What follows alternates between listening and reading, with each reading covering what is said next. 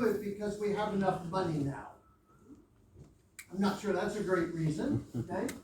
35, this is my favorite, 35 said, well, it just happened. It didn't just happen, right? We have kids here, so that's all I'll say. Okay. 15 said, we wanted kids so I could have someone to take care of me when I'm old. I like that. That's getting closer, right? Okay. And 4 of them said, we had kids because our family made us have kids. Now, I don't know which category you belong to, but let me ask you another question. Have you ever given your children back to God? And some of you are thinking, I'd love to give my children back to God, but I don't think God would take them back, right? I don't think I can find the receipt anymore, right? I can't exchange them, return them, whatever. But you don't need a special day or a special service or a special dedication to give your children back to God. As a matter of fact, in Genesis chapter 22, God is going to ask Abraham to do something that we as parents would have a very, very difficult time doing. I'm going to read those verses with you. It says, and it came to pass that God tested Abraham. And he said to him, Abraham? And Abraham said, here I am, Lord. Then verse 2, he says, now take your son, your only son Isaac, whom you love, and go to the land of Moriah and offer him there for a burnt offering on one of the mountains which I shall tell you. And this, as you read this story, this is a very uncomfortable story for parents. We think, how in the world could God ask Abraham to kill his child? We need to stop right there, because that's not what God asked Abraham to do. We've been talking about this for months, but when you want to go deeper and understand God and the Bible better, what's the first rule? Go slower. Right. Okay. Because that's not what he said. He didn't say go kill your child. Okay? I want you to notice 2 things. Number 1, he said, God tested Abraham. This was a test of how much God loved and was going to follow God's instructions, right? Then he says, I want you to, I don't know why, it's a little off, but the word here should be offer, all right? Offer. I want you to offer him. Offer him. When in church we take up an offering, right? What does the word offer mean? It means to give back, right? Okay, so God's not asking him to kill his son. He's asking him to offer his son back to God.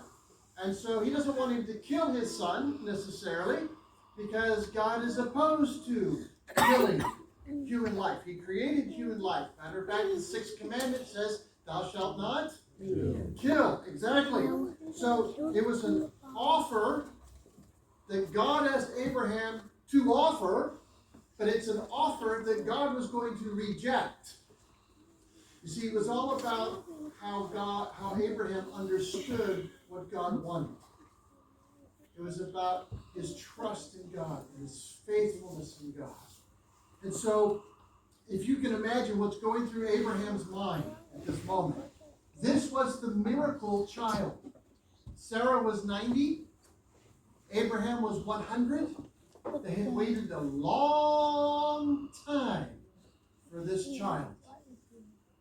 Yet Abraham said, okay, if you need me to offer him back to you, I will. And so, you know, the best thing that Abraham could have done for his son Isaac is to tie him to that altar.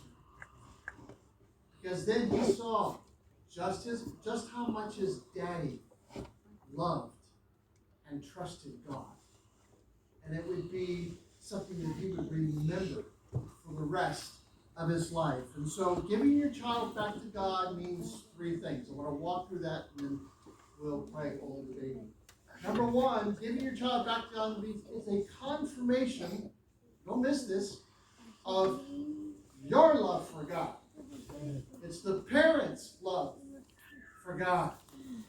You see, you're saying you love God more than you love that child. But some people are going, no, that can't happen. And God says, yes, that's the way it works. He says, love me with all your heart, soul, and mind. That's 100%, isn't it?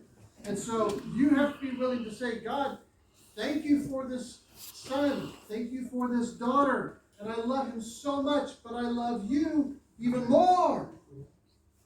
And it's your job, it's your responsibility as a parent to make sure that your kids love God more than they love you. When you get to the teenage years, they love everybody except the parents anyway. Right? So that's an easy thing. Right? All right? They're kind of at the bottom of the list sometimes. But, you have to lead them and show them that you love God. And then your responsibility is to make sure that they love God more than they love you as well. So it's a confirmation of your love to God. Not only is it a confirmation, the second thing, it's a clarification of ownership. Okay?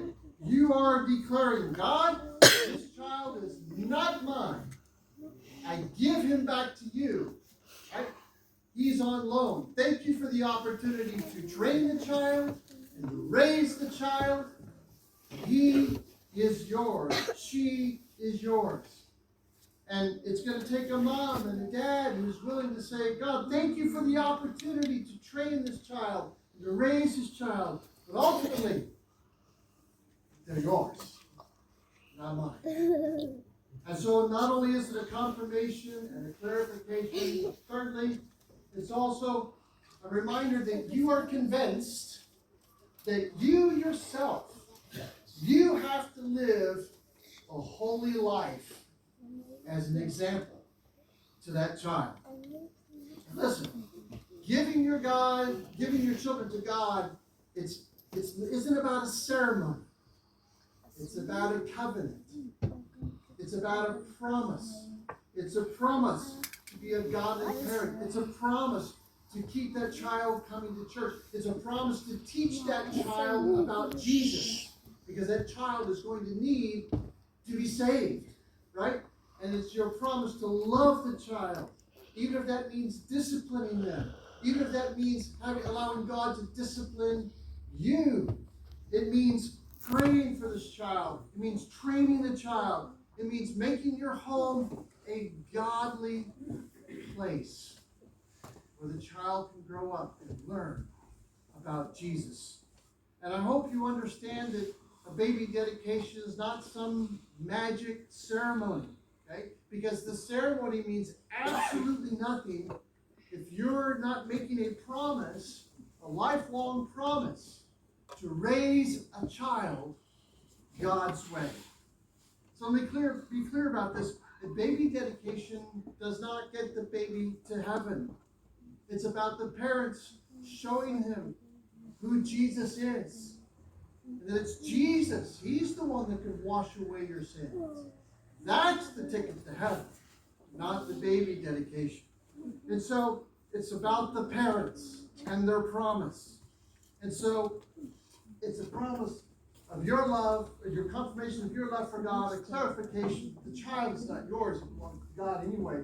And that you are convinced that you're ready to live a life that's pleasing to God, and that will be an example to the child. So with that in mind, let me have the baby and parents come on up.